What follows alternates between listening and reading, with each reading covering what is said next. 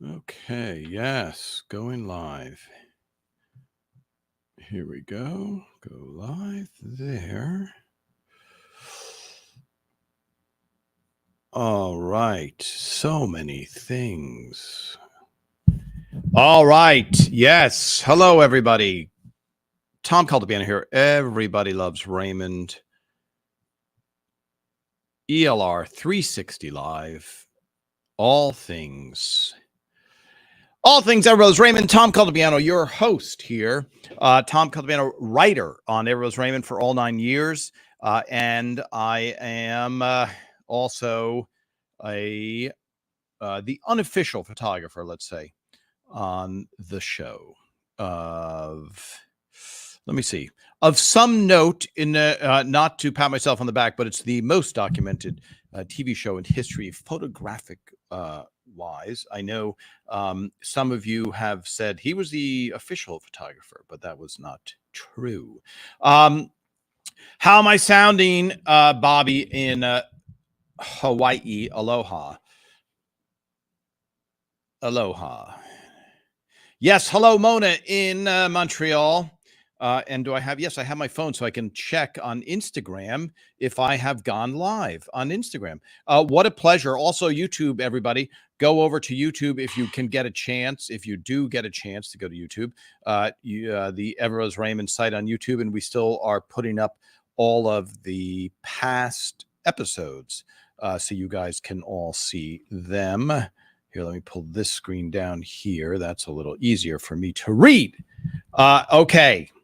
Thank you, Mona. All right, let's see. So what's interesting is I can't see comments. I have to sign on as somebody different. Let's do that, and let's follow here. I hope everybody has had a good week. For those of you outside of the United States, just know that there is a playoff game tonight. In just let's go back because my British friend always makes fun. The World Series, which consists of all the world, as long as they are from the United States. So the World Series is coming up, and there are two teams that from baseball that will play in the World Series. But before they get there, there's something called the playoffs, and tonight is the last game of the National League playoffs between the Mets and the Dodgers, a longtime rivalry. And just to give a little bit of history for related to Everrose Raymond, the 1969 Mets were on season 3. I think it was called Big Shots. The 69 Mets, who they won the World Series, and it was a big thing because the 69 Mets were a miracle team by coming back from, I believe, last place the year before to winning the World Series. And after their creation, I think in 1962, they were terrible. Always terrible, always known as terrible and a little bit of a joke. And then all of a sudden they disproved all the naysayers, which we all like story-wise.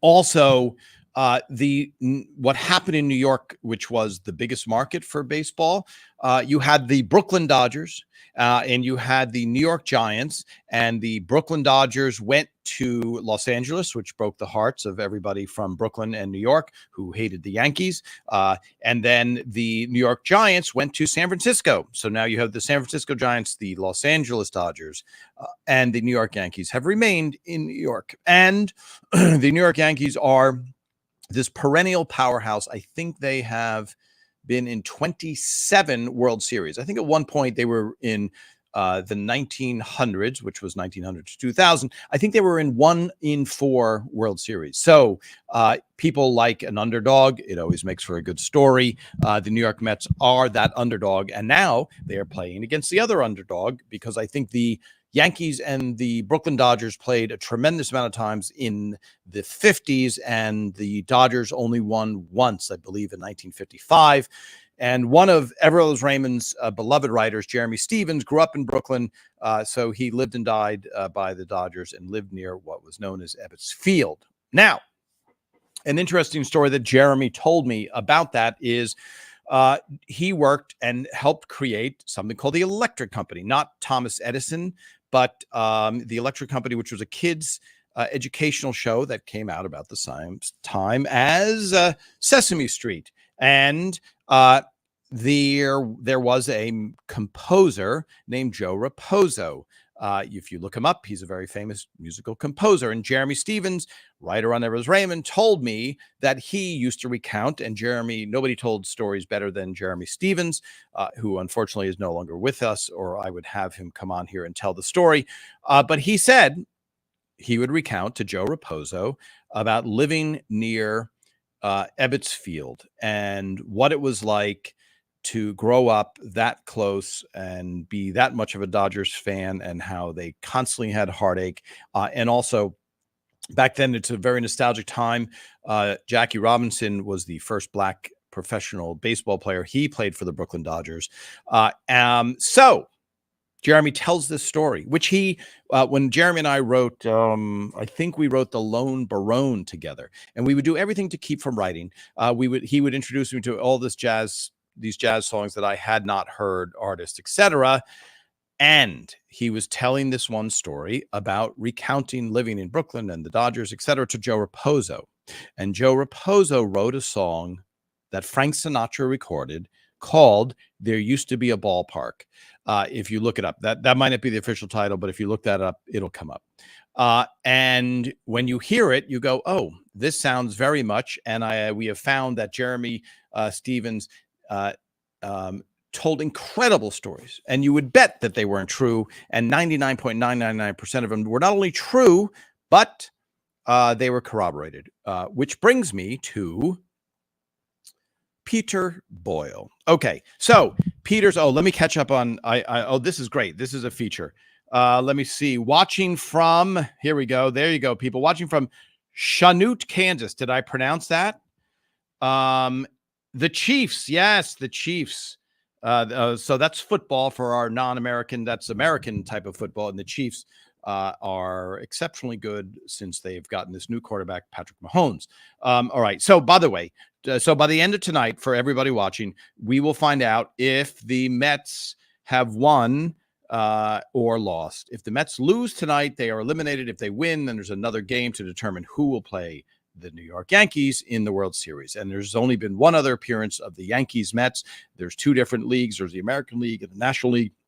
So in the World Series, you always have someone from the American League and someone from the National League playing. So it's either going to be Yankees Mets or Yankees Dodgers. Okay, there you go.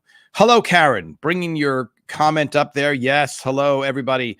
Wow, let me go through everybody. Yes, so Mets, here we go. So Bob Silva. Bob from Hawaii. Mets colors are blue from the Brooklyn Dodgers and orange from the New York Giants. Yes. So the last vestige of those New York teams were pushed together, and they made that color scheme up. Sorry, what I'm thinking in my head. When we had that Mets episode, I want to say the owner or the writer of the song sent the lyrics of the song to Raymond. So somewhere, next time Raymond is on here, we will ask him about that. I think he had a framed picture of the lyrics of the New York Mets theme song. Okay. So, Paula, yes. Oh, this makes it easier. You love the electric company. Hello. Yes, here we go. This is great. And then I have to go to Instagram, unfortunately, like an animal, by holding my phone up here. Yes, maybe a Subway series. Teresa from Chicago says maybe a Subway series. That's what people called it, because you could take the subway to Yankee Stadium or to the Met Stadium, which used to be Shea Stadium, which is, as you know, a famous appearance by a group called the Beatles, which some of you may have heard of. Hello, Gil. Yes, so this, I wonder how, okay. Here we go. Yes. Oh, sorry. Scrolling up and catching up on all the many comments. In the later seasons, Mark. This is good, Mark. This is a good random question before we get into the Peter Boyle. Talking about Peter Boyle, whose birthday was recently celebrated. He would have been, I believe, 89 years old. Who is Mark Watson? Welcome, Mark Watson. Who is the Hawk? We see the Hawk, at the end of the credits in later seasons. Okay, so the Hawk that's interesting. I did not pay attention to that because I guess I know it. The Hawk is one of our writer's assistants, Steve Meyer. And Steve Meyer is seen in the background of many photos. Now, I just saw, let's see, I have I have so many different screens, folks. Let's see if I can find another screen, but that will hurt me here. Let's do this, Tom. Yeah, okay. I like to make fun of people that call themselves by the third person, refer to themselves in the third person. Okay, so when Tucker Cawley had his birthday, let's see, is that, I might have only posted it on Facebook. So what you're seeing here, folks, is me looking at photos on Instagram. So now do I have to go to Facebook? Well, that's unfortunate. That is unfortunate. Steve Meyer has blonde hair, and every once in a while he's in a tank top. He's often in the background. When you look at rooms of the writer's room, you will see that Steve is at the keyboard at the computer. So, and Lou Schneider used to make fun and say, sit at the mighty Wurlitzer there. So let's see here. The Hawk. Yes. So there we go. So I hope that answers the question. What a nice little question. Yeah. Maybe Steve will be a guest, but in the picture that I posted, I believe on Facebook, there's a picture of Ray Romano and Phil Rosenthal sitting there and standing there on stage talking. And in between them is Tucker Cawley. And in between Tucker and I believe Phil is the Hawk. You can see him in the background. And I'll just tell you a little funny aside. Steve Meyer ended up working on Hannah Montana. Hannah Montana was a giant hit, but before it was known as a giant hit, he called me and he said, "Hey, Tom, it's the Hawk." I said, "Hey, Hawk, how are you?" I can recount the whole conversation, but he basically said, "Hey, do you think Ray would be willing to be a guest star on Hannah Montana?" And I said, "Sure, maybe. What is Hannah Montana?" And my friend, who I've known since 6 years, I was 6 years old, from way back in Sparta, New Jersey, happened to be staying with me. And he said, "Oh my goodness, Tom." He said, "My wife is taking my daughter to see Hannah Montana this weekend, and the line is something like 3 hours long to get her picture, autograph, or whatever." So I was like, "Oh, wow." So then I said, "Hawk, let me call up Ray." So I called up Ray, and I said, "Ray, Steve called me, the Hawk, and he wants to know."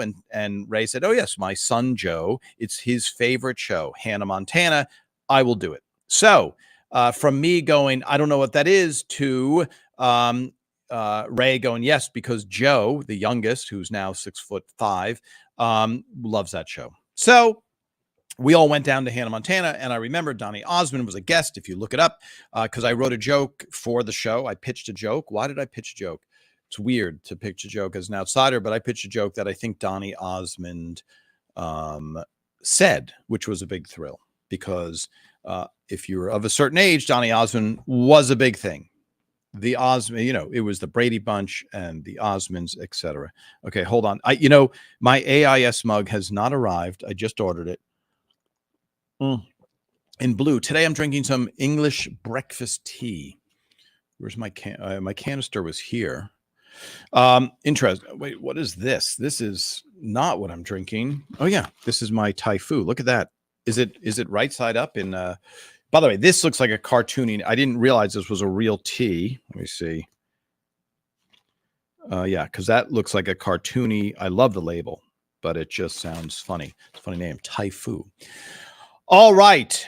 The Hawk. So there you go. I'll post a picture if you guys want to see Ray Romano with Miley Cyrus, played Hannah Montana before she reshaped herself, reformed herself, rejiggered her career, whatever the terms are you might be. Okay, let's see. Tom, you have more screens than a Vegas sportsbook. Yes. All right, Bobby, you're not supposed to be funnier than the host. Remember that. Yes, I do have a lot of screens up here that I'm looking at. Okay, Peter Boyle's birthday. So let me recount a lot of questions. Wow.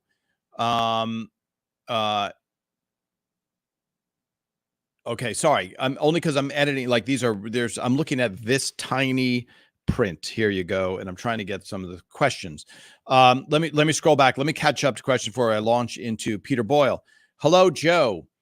You sound good on the 710 freeway. Now, I hope you're not broken down, Joe, on the 710 freeway. Tom, after 9 seasons of ELR, are there any episodes you would change? Oh, that's an excellent question. That would be for Phil. And maybe when Phil's a guest. Yeah, I mean, there's always jokes that you think of afterwards, or, I remember, that's a great question. So yes, there's always things you would change. Every once in a while I'm watching it and going, oh, I feel like we could have done funnier with that tag in that show. Nothing comes to mind. Like, for example, the baggage episode is Perfection, written by Tucker Cawley. The tag is so strong, where Peter Boyle looks at the big fork and spoon and goes, oh yeah, when did we get those? It's just a great full thing where everything in the story comes back to the story. And that you would see me doing occasionally, watching rather, and going, wonder if we could have thought of a better joke there, that type of thing. So I like anybody who goes, do you have any regrets in your life? Nope, zero, none, no. I mean, wouldn't you go, okay, well, yes, I do wish I bought Amazon and Apple stock in 1985, or yeah, 85 would have been good to buy Apple stock, etc. Then I would do so. But I know you can't live your life full of regrets. There we go. We segued into philosophical. All right, let me look at some more of these questions. Good morning, Lee, down under. Okay, love the, we have always been a Mets family. Yes, Karen. Yes, Karen, you're wearing your Mets hat. Good. Wish us luck. By the way, the Met, let's just go back a little bit here, people. I don't want to bore the people in Britain. But Mets fans are super devoted. It's terrible weather and you got to take the subway and risk getting mugged and et cetera. And, New York Yankees are kind of the same. We're hardcore fans and live and die.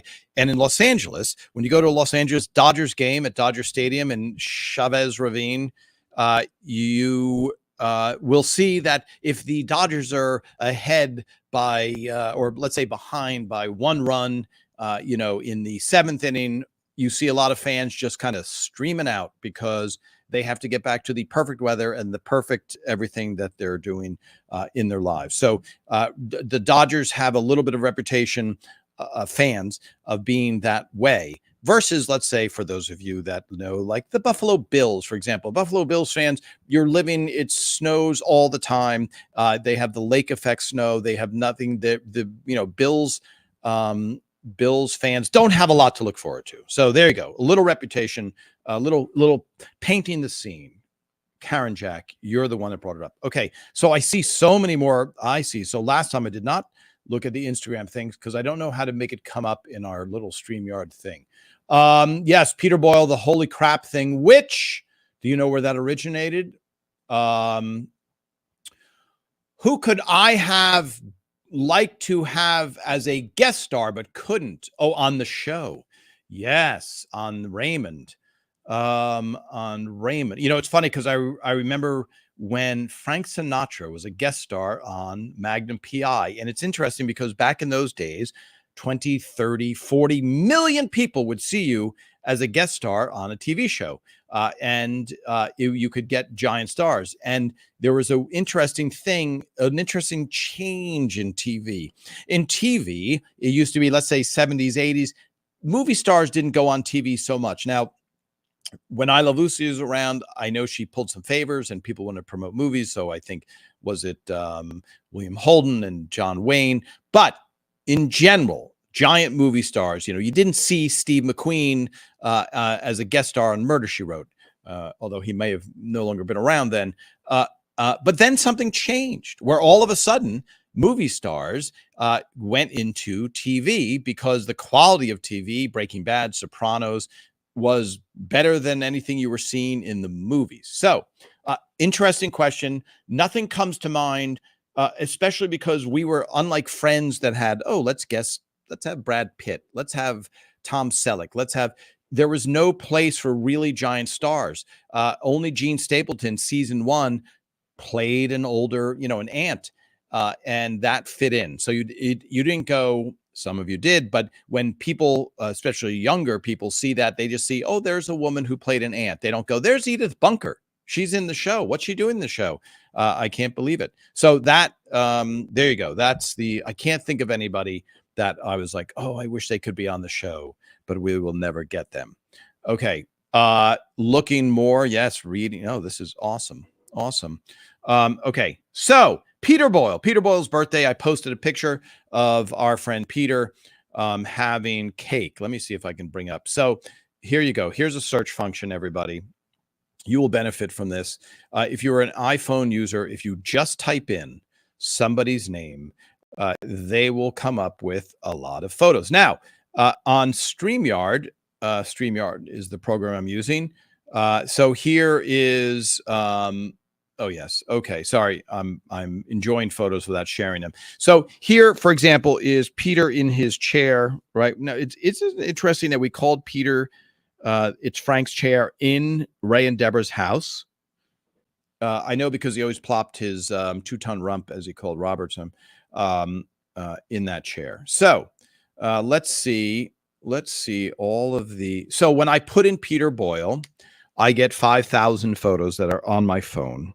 This is one of the favorite photos that I took for the wedding episode, Robert's wedding episode. Phil said, hey, Ray, Tom is going to take a lot of photos, so make sure that you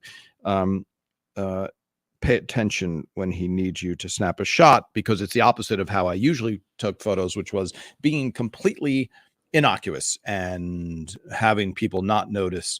Yeah, here's a photo. I don't think you guys have ever seen that photo. I don't know if I've ever posted it. Sorry, I can't control the focus. Let's go back. Okay, you can see it. All right, let's talk a little bit about Peter Boyle getting into the show. I want to segue back into the story that Jeremy Stevens told with Peter Boyle, but the story which Peter has told and Phil has told from his end is Les Moonves had the idea to have Peter Boyle in the series. So everyone thought, oh, well, that's pretty unbelievably amazing and probably will never happen because Peter Boyle is a movie star, and why would he do this show? But Peter was willing to come in and read. And so that term means when someone's a big enough star, they go, well, my agent doesn't, the agent for that star will say, hey, Brad Pitt is not going to read for that part. How insulting. Just meet with him and talk to him about the part, but he's not going to read and be judged by you people. However, Peter came in and the casting office was at Universal. And so Peter was there, and I think he was going in with his family, and I don't think they had his name at the gate. And for those of you that come to Hollywood, if you ever have a meeting, you pull up to a gate and you go, hi, Tom Caltabano here. I have a meeting with a very important person because I'm very important. And they go, oh, that's great. Yeah, you're not in the system. So then you sit there and stare at them and go, okay, so what do we do now? Because I'm not in the system. Yeah, I don't know. You're just not in here. So now you have to try and call your agent or somebody who's a contact, and then they have to go, and then it has to come through. So then the guard will go, oh, just pull over there to the side, if you don't look like a threatening, scary person. So Peter Boyle had that experience where he goes in, they don't have his name, they screw it up. They finally get him to be able to drive on. It's called a drive-on pass versus a walk-on pass. So he is very aggravated, and he shows up in the casting office, and he is angry. And it's an angry Peter Boyle who's reading for the part of the angry Frank Barone. And so that seemed like a no-brainer. Like everything worked, everything clicked, and Peter was cast in the show. Now, Peter lives in New York. He lived in New York till the end. His family, with Lorraine and his 2 daughters in New York. So Peter moved out to work on the show. And Peter lived in a place called the Hillcrest Apartments. And one apartment below him was Ray Romano and myself, because most TV shows get canceled very quickly. We had another friend, Greg Giraldo, who had a show called Common Law. He came out the exact same time that we did. As a matter of fact, I did stand-up comedy with him in Williamsburg, Virginia. We were doing stand-up. I was actually headlining. He was the middle act. And then like 2 weeks later, we were both in LA. He was starring in Common Law, and I was a lowly writer on a show called Everyone's Raymond. Within 3 months of moving out, Greg Giraldo was having dinner with us at the Improv and moving back to New York because his show premiered, fanfare, low ratings, canceled. And by November 1st, I want to say he was already living back in New York. So Peter and Ray, knowing the same thing, lived in something called like an efficiency apartment. They're business apartments, completely furnished. You just walk in, put your bags down, and then you go. And so for the first season, Peter, Raymond, and I spent a lot of time together. And I think right when we moved out, I think I have a picture of us somewhere. Peter said, would you like to go to a table read for a movie, a Don Quixote movie? And so we went to this table read. And I think Ray and I, we must have looked like country bumpkins, even though Ray's from Queens. But I remember, I think I had like a 4 flannel shirts and some jeans. And we go to this hotel room, a giant hotel conference room. And the table read included Robin Williams, John Cleese, Selma Hayek, Quincy Jones was there. It was a collection of, and Peter Boyle. Peter Boyle was reading. He was in Don Quixote, this Don Quixote table read. I remember we were talking to John Cleese afterwards because he was talking about the rewrite that he had to do, and they've been writing up till midnight and trying to, and, you know, for me, who was a big fan of Monty Python, I was like, oh my God, this is John Cleese, even to be in the same room with him, let alone him sharing the woes of trying to get this table read up to snuff. And I don't think it went, the table read was okay, but for those of you that have never tried to make a movie's getting made in Hollywood is shocking that they ever get made. The amount of financing, and this star, and this falls through, and then this distribution deal, and then this producer quits, and then they have a fight, and it turns out this guy's wife is, it's amazing. And so I don't know why that movie didn't go, but it could be a bunch of reasons why it didn't go. But we were like, wow, Peter really knows a lot of stars because he is a star. So then I remember a little bit later, around September. So we were there in August. In September, we said goodbye to Peter because he was in a tuxedo and he was going to the Emmys. And then he came home later that night holding an Emmy. So we thought, okay, well, that's pretty good for Peter that he won an Emmy acting in The X-Files. And we used to go to the gym together. We used to hang out. We used to spend a lot of time together. And Peter, the one thing, when you're used to seeing Frank on camera, it's hard to separate him from the character. Now, if you meet Ray Romano is exceptionally close to that character. So he is Ray's not as bumbling, because you have to have if anything you've learned from watching me for all this time, it's things must go wrong. And for things to go wrong, Ray must do things that are wrong, lazy, terrible, everything where you shake your head and go, what a terrible husband. I can't believe he's a liar. This. Peter Boyle was very intelligent, very soft-spoken, very calm. He was a joy to talk to. He would come over on Sunday mornings and we would rehearse the shows. And I have videotape of, and I think maybe I've alluded to it before, but because I always videotaped as much as I could. And one Sunday morning I videotaped when there was an acting coach, Richard Marion. Sorry, I'm reading comments at the same time. Richard Marion was our acting coach. He came over on Sunday and we would run lines. And now you're watching it and you're like, oh, that's this episode. And you're trying to get the lines down, etc. And it's in the dining room area of the 2-bedroom apartment that Ray and I shared at the Hillcrest Apartments, which is still there. And Peter is there as well. And I remember, just as a funny aside, Peter needed his laundry done. And I said, okay, Peter, well, I do laundry. Ray had never done laundry. Ray moved from his parents' house into his wife's with his wife. And so she had the miracle dirty laundry machine where you put it in a box and it came back clean. And so I said, Peter, we can do laundry if you want, like on a Sunday morning, etc.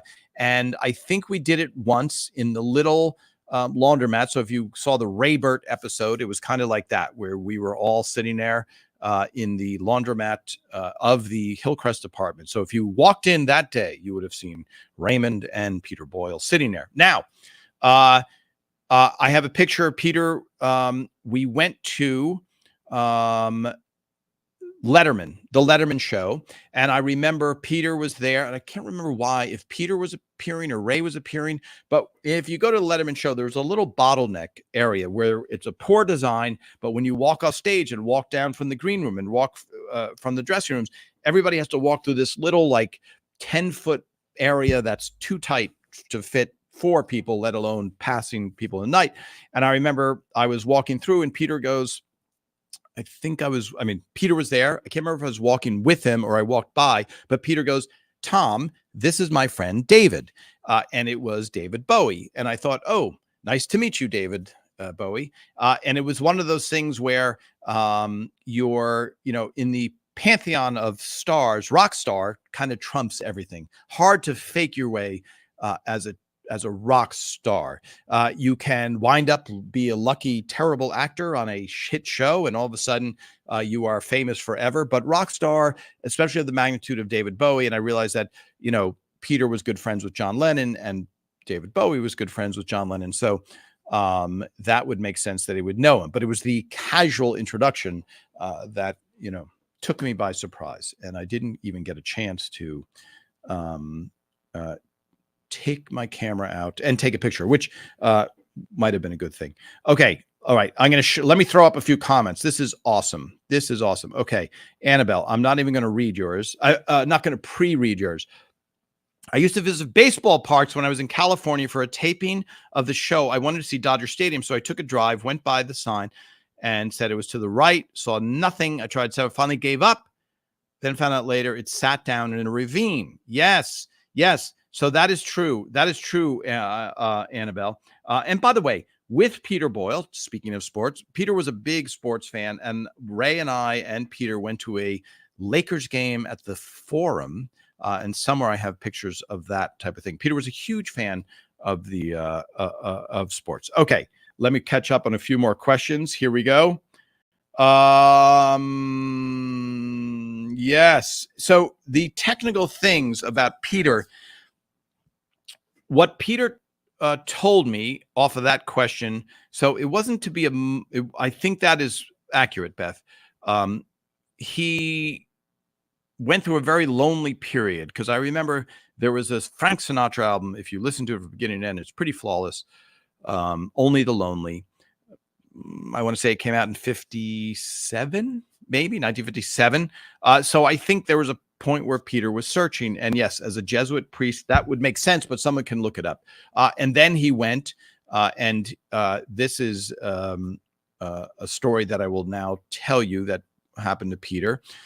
Peter went into acting, and he studied at a place called Herbert Berghoff Studios. By the way, I'm in no means an expert, and if Lorraine Boyle is watching, I'm not in no means an expert on all things Peter Boyle. I can just share my experiences.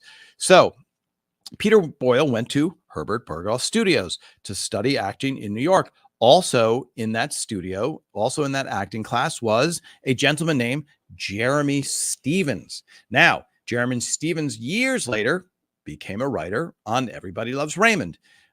And Peter Boyle became Frank Barone on Everybody Loves Raymond. And I want to say they were in acting class in in the mid 60s, maybe 64, 65, 66, somewhere in there. And if you look up Jeremy Stevens, I think you can find some TV Academy interviews with Jeremy with a lot of details. So Jeremy Stevens tells me a story that years later, he is the head writer of Saturday Night Live. And also, And for those of you that have heard this story, which I think very few have, because it's one of the greatest stories. And as I said, when Jeremy Stevens and I wrote The Lone Baron, we focused on not writing and listening to jazz and sharing stories. So there's a sketch for Saturday Night Live, and it includes a petting zoo. And Joe Piscopo and a new guy named Eddie Murphy, who did okay, and one producer guy, cameraman or producer or something, they drove to try and find this petting zoo in the middle of Long Island. They can't find it. They're driving around. This is pre-cell phone, pre-internet, pre-everything. They can't find it. They give up. They go, screw it. Let's go into this diner in the middle of nowhere and sit down and have some food. So they sit down and the waiter comes over, and Jeremy, when he's ordering, does his best Marlon Brando impression. And he's like, yeah, I would like I can't do it clearly, but he does the Marlon Brando from The Godfather impression. And Joe Piscopo says, that's really good. That's almost as good as Peter Boyle's. And Jeremy Stevens says, I taught Peter Boyle how to do his impression of Don Corleone, Marlon Brando from The Godfather. And Joe Piscopo says to Jeremy, yeah, I think you're full of it. Why? No, I don't believe that. And he goes, I did. And Eddie Murphy says to Jeremy, why would he lie about that? What a weird thing to lie about. Unknown to Jeremy, in walks Peter Boyle, sees Jeremy Stevens, comes over and says, Jeremy, how you doing? In his perfect Marlon Brando impression. So in a perfect movie moment, which sounds like a lie, Jeremy is cleared of all charges of being a gross exaggerator and a filthy liar. So then I said, Jeremy tells me that story when we're writing The Lone Baron together. I go, Jeremy, that sounds crazy. He goes, I couldn't believe it either, but he knew me. I didn't, so I said, I'm going to ask Peter Boyle if you are perhaps lying. So then I say to Peter, Peter, let me ask you about this. And so what Peter said is he was just going in to his local diner in Long Island, and he sees Jeremy Stevens sitting there, who he knows from Herbert Berghoff Studios, and he just walks over and he breaks into his Marlon Brando impression. So, of course, Peter Boyle doesn't know what happened moments before. It just happened that the timing in the universe worked out perfectly. And if you look up, you'll see Dueling Brandos by John Belushi and Peter Boyle on Saturday Night Live. Okay, there is a Jeremy Stevens, Peter Boyle story. Let me see this. Here we go. Yes, these are great questions. It's unfair that Peter was the only one not to get an Emmy on ELR. I really don't understand why. Well, the problem, let's see this. Okay, Mona, you have to feed your dog. Okay.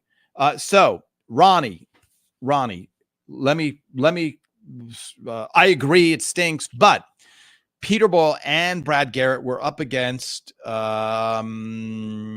Hyde Pierce for a long time. So first of all, no one got nominated on the show until Patty Heaton got nominated and won for acting. So I think if Peter Boyle did, I think there were 3 years that you kind of write off as chances. Everett Raymond was very much ignored for the first 3 years. Then Peter was up against someone named Brad Garrett, and Brad had a lot more to do in most episodes than Frank.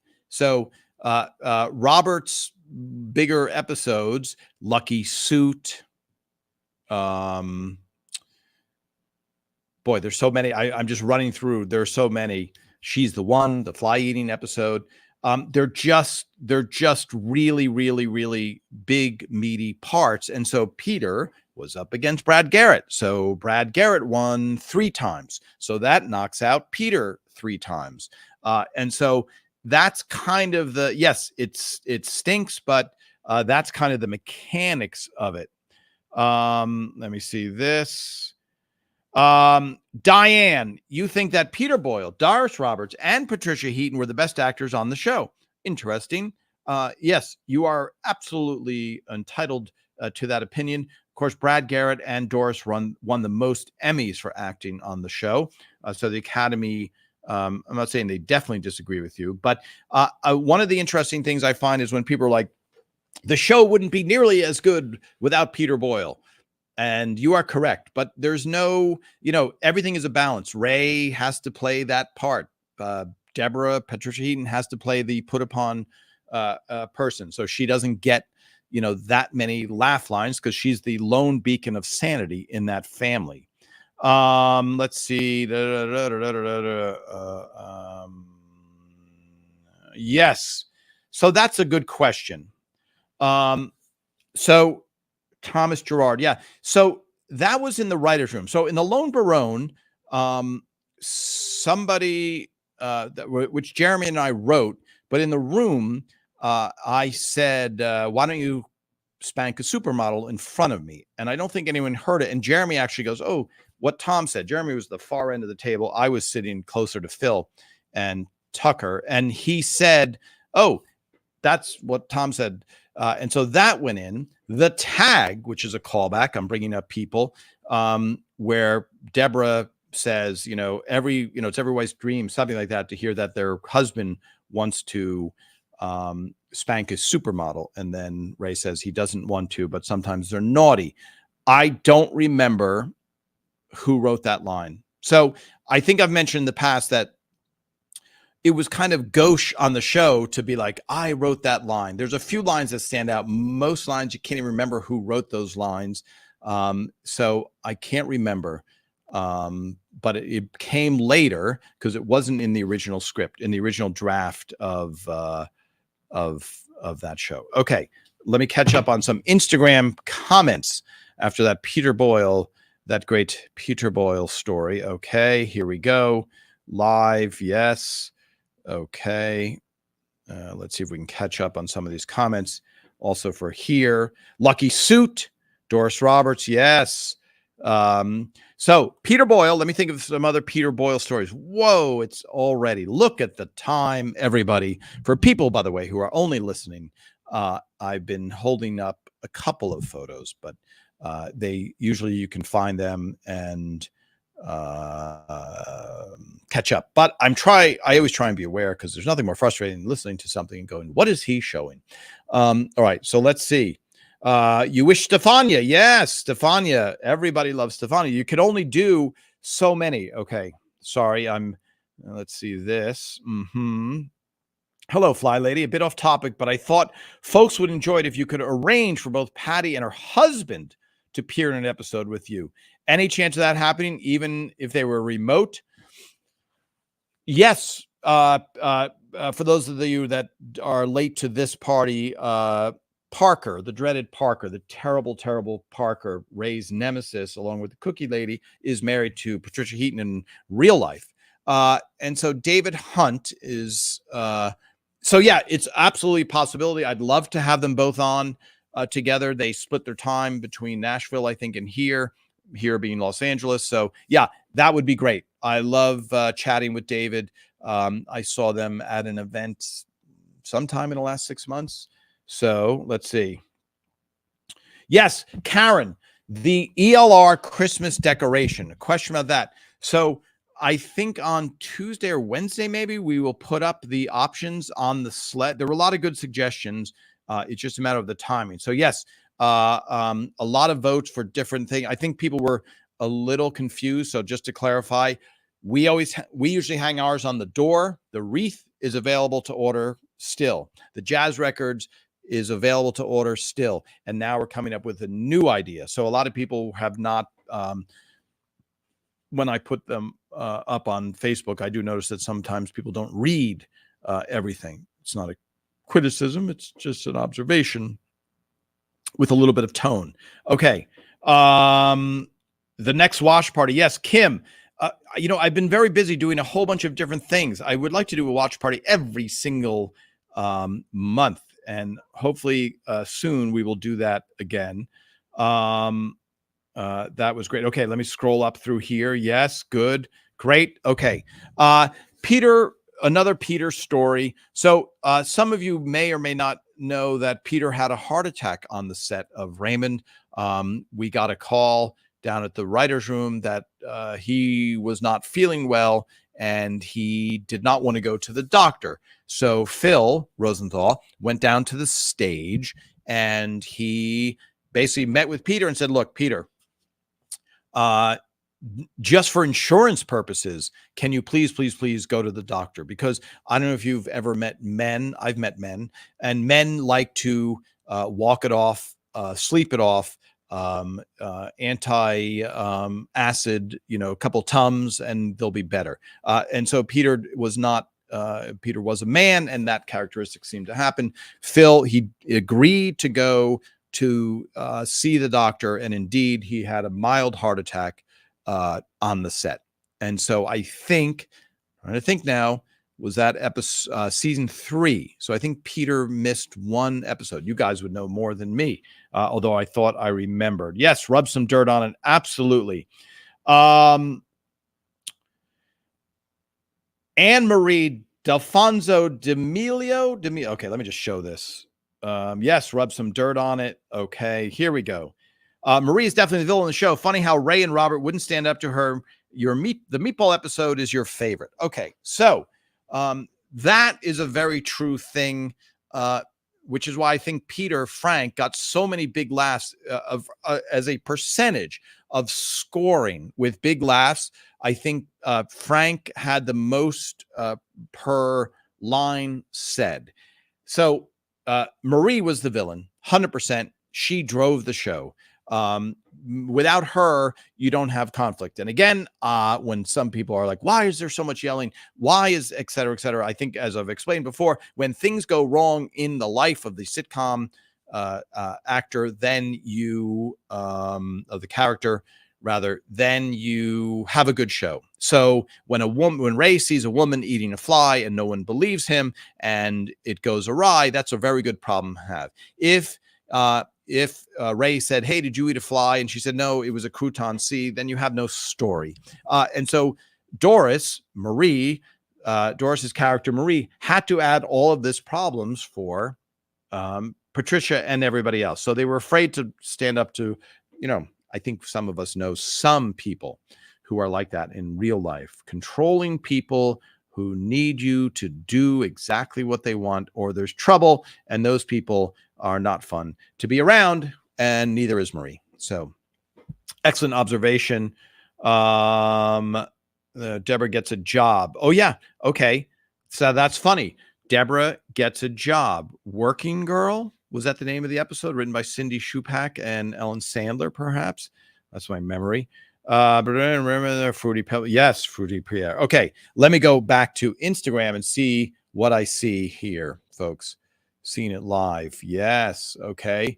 Yes, talking each other must be very weird. The episode with Marie and Deborah not talking to each other must be very weird.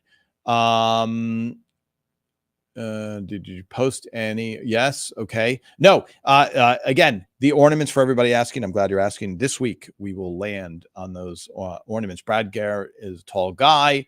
Did he need to have clothes made for him for the show? Yes, we all hate that Parker.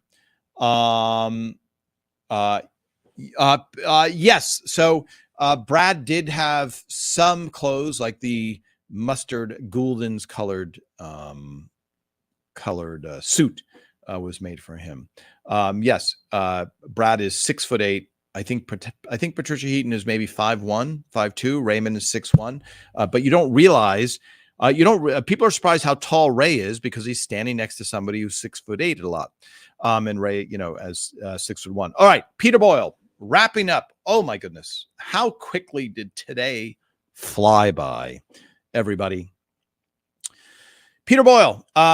Yes, we all wish he'd won an Emmy. He was unbelievably funny.